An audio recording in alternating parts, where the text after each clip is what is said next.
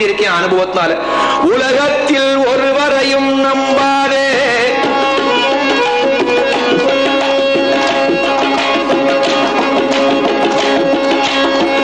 உலகத்தில் ஒருவரையும் நம்பாதே, குருநாதனை தவிர உலகத்தில் ஒருவரையும் நம்பாதே.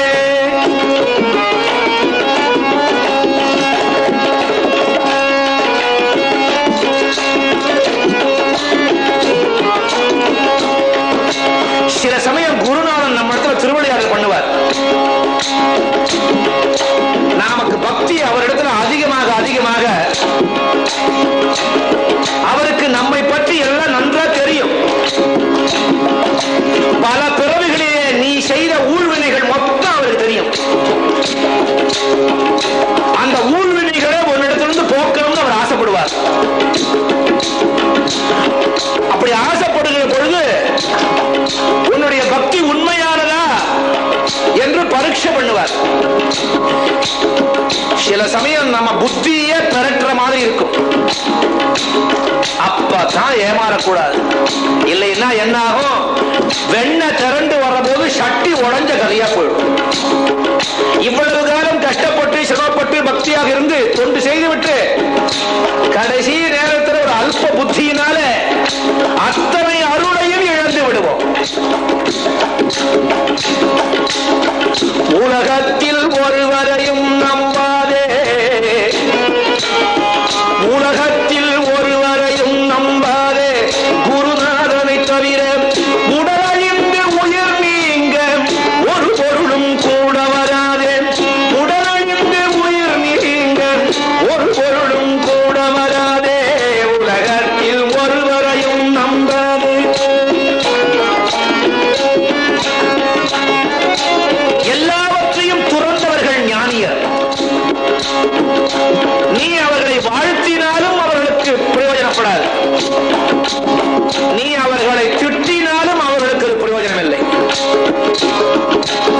விட்டு எறிந்த பந்து திரும்பி நம்ம கிட்டே வர்ற மாதிரி திரும்பி உன்னையே வந்து அது தாக்கும். அது தாக்குற போது உன்னால தாங்க முடியாது. அறிந்தும் பாவம் செய்யலாமா? பிராணம் போற நேரத்தில் உற்றார் உறவினர் பந்துக்கள் அனைவரும் நம்மை கைவிட்டுடுவார்கள். கட்டின மனைவி கைவிட்டு விடுவாள், கட்டின புருஷன் கைவிட்டு விடுவான். நம்முடைய பட்டம் பதவி அந்தஸ்து, சில பேரை பார்த்திருக்கேன் அறிவு இல்லாம அந்தஸ்துமா. அந்த பசங்களுக்கு என்னோட பேசுறதுக்கே அந்தஸ்து இல்லை. அட முண்டமே, இந்த அந்தஸ்து உனக்கு கொடுத்தவன் யாரா? அவன் நினைச்சானா உன்னை ரோடு கொண்டு வரதுக்கு எவ்வளவு நேரம் ஆகும்? ஆண்டவன் நினைச்சா அந்தஸ்து இல்லாதவனுக்கு அந்தஸ்து உண்டு பண்ண முடியும். அகங்காரத்தினால அந்தஸ்து இருக்கவன நடுரோடு கொண்டு வர முடியும். அனுபவிச்சா தான் புரியும். ஆனால் எந்த நேரத்திலும் கைவிடாத ஒரே ஒரு ஜீவன் எது? அதுதான் சத்குருநாதர். அந்த குருநாதரை நம்பிவிட்ட நம் வினைகள் பொடி பொடியாயிடும். எவன் பயப்படுவார்? மீண்டும் பிறவாத நிலையை பெறலாம். உலகத்தில் ஒருவரையும் நம்பாதே, குருநாதனை தவிர உடலழிந்து உயிர் நீங்க ஒரு பொருளும் கூட வராதே, உலகத்தில் ஒருவரையும் நம்பாதே.